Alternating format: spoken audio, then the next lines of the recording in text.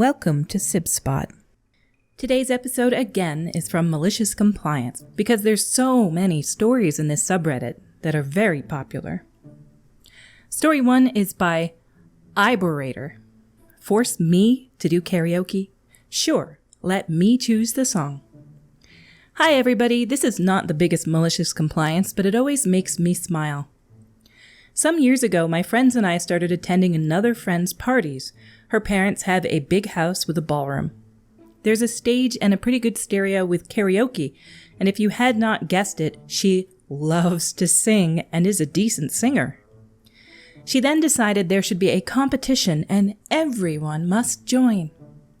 I tried to tell her that I'm not a singer, and to me that would just be humiliating. She didn't care, 'cause everyone must join. Fine, but I want to choose the song. When it was my turn, I went up there, then put on Polyphia, Goat. For those who don't know, Polyphia is an instrumental band, and there is no singer.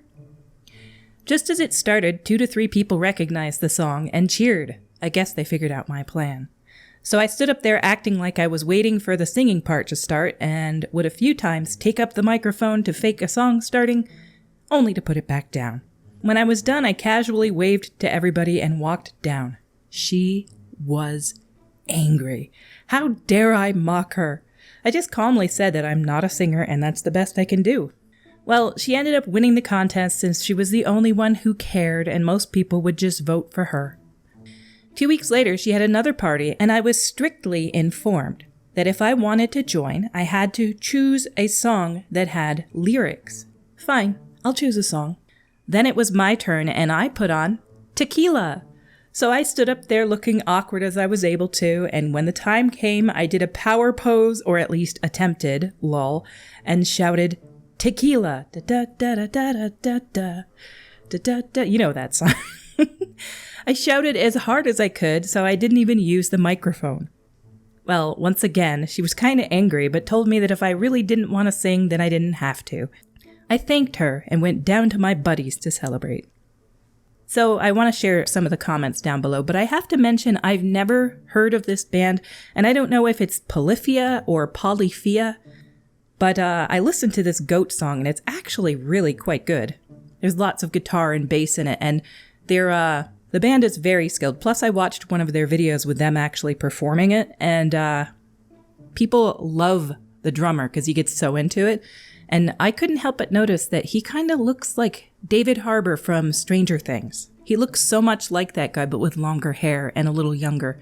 Down in the comments by the OP, Iborator, I considered many songs, but Tequila was the most fun I could think of. She was smart to stop me after 2 times, because next time I would have chosen some death metal and absolutely destroyed my voice for a week to make a point. Ha ha ha. Somebody underneath that, named Poetic Soul, said, do the Barbie song in death metal and fully commit. People will love it. You'll be engaging past expected requirements. You don't have to actually sing. Everybody wins. That would be a great one too. I'm sure there's some YouTube video out there with somebody actually doing the Barbie song in death metal. Because that sounds like a great idea. I will not be doing my rendition of that right now. When I first read this story, I tried it and it hurt my throat for most of the day. Our next story is by Ha Elf Paragon. Don't want me to cold transfer angry customers to the manager? Okay then. I was a technician working in a lab. My job was to repair car parts for this third-party repair company.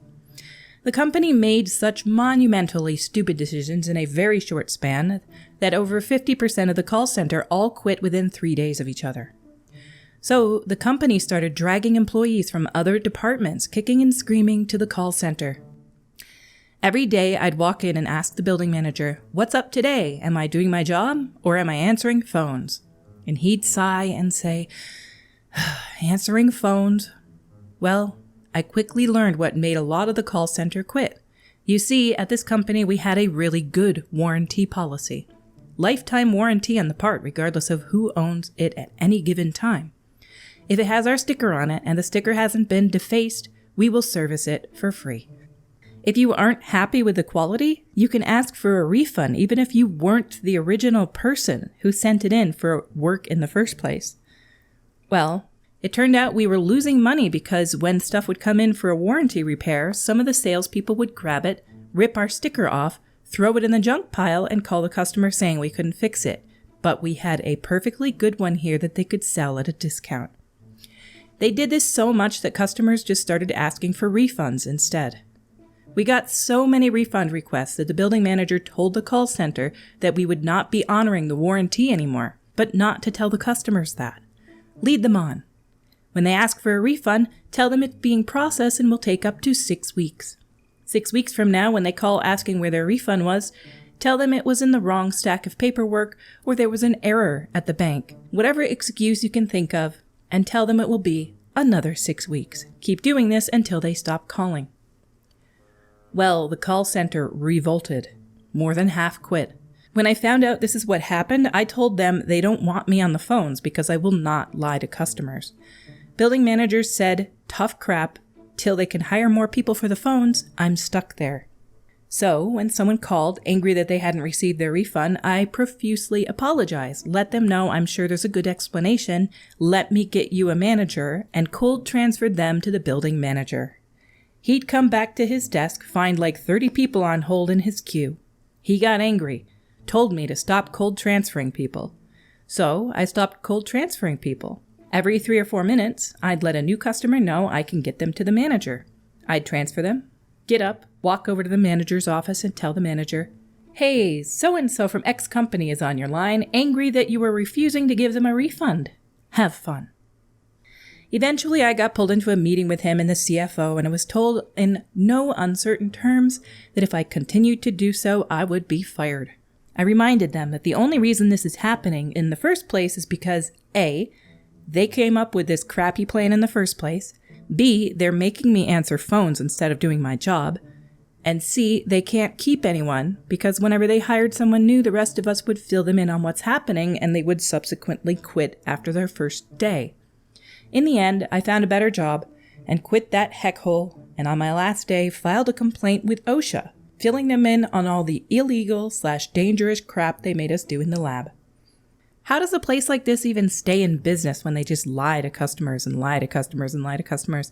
Eventually, the free market will come back to bite them in the butt, because even people who write Google reviews, you'll get a really bad review eventually. It's their fault for putting a lifetime warranty on things, first of all. It's their fault for lying to people. They should immediately go out of business at that point. I'm really surprised they didn't actually share the name of this place, because I would love to know what company it is. Our next story is by Oi Laura. You talk too much. Wait, why are you so quiet? I originally posted this as a comment to another thread, and someone suggested it might fit here. I used to work as one of 3 assistants for the engineering/R&D department of a medical company. My desk was situated between the other 2 assistants, and we were all in the middle of a cube farm. It was problematic because everyone who had to go anywhere had to come to my desk. They would stop, say hello, and no matter how hard I tried, they'd start chatting. This, of course, impacted my work. After a certain point, my supervisor pulled me into an office and told me I'm talking too much, that it's impacting my work, and to not talk so much with people. I asked her to give me a script for what to say to people, and she didn't have anything to offer. I was in counseling at that time and asked my counselor the same question. She said to use the phrase, "I won't talk to you right now," and return to my work. I'm a bit of a people pleaser, and that's too abrupt for me. So I stopped talking to everyone. After about a week, once again my supervisor calls me into the office. She asked me what's wrong. I told her nothing was wrong. She said people are complaining that I'm being antisocial. I said, "You told me to stop talking to people, that I was talking too much and it was impacting my work." So I did. She said, "I didn't mean it like that." Once again, I asked her to clarify exactly what I should and should not say, how much conversation was too much, and what to say when the conversation went on too long. Again, she had no response. She said, "Just don't take too long." I returned to work. One of our lab techs was one of the chattiest and one of the worst offenders. She came by my desk one day, we exchanged greetings, and she started chatting. I quietly told her that I got in trouble for talking too much and needed to get back to work. She respected that and walked away. I did that a few more times, and the point got made to the office. It didn't make my supervisor look particularly good because everyone knew when I said I was in trouble what the source was, and when layoffs came later, guess who was the first to go? Don't get me wrong, it was a blessing in disguise. The severance was amazing. They paid for job replacement training, gave us 9 months notice, and once our termination date came, they paid us out in regular paychecks, not in the lump sum. During that time, for me, almost 3 months, I accrued vacation and sick time the whole time. They cashed it all out at the end. The week after my severance package ran out, I found a job at another division of the same company and continued for another 11 years. I might be one of those antisocial employees. When I worked at a high school, people would come in all the time to the testing room where they would give students with disabilities their test modifications. They would come to my room and I would read tests to them. And a lot of times I actually didn't have any students come in, but staff would come in. I'm just not as talkative. I would just smile and nod, sitting at my desk waiting for students to come in, smile and nod, talk politely as much as I could, but I was always kind of the quiet one when I was at work. Our stories for today have come to a close. If you enjoy this content, please leave a like or subscribe or leave a comment below, or you can click the little notification bell that will alert you when videos drop. Until we meet again, have an elite day.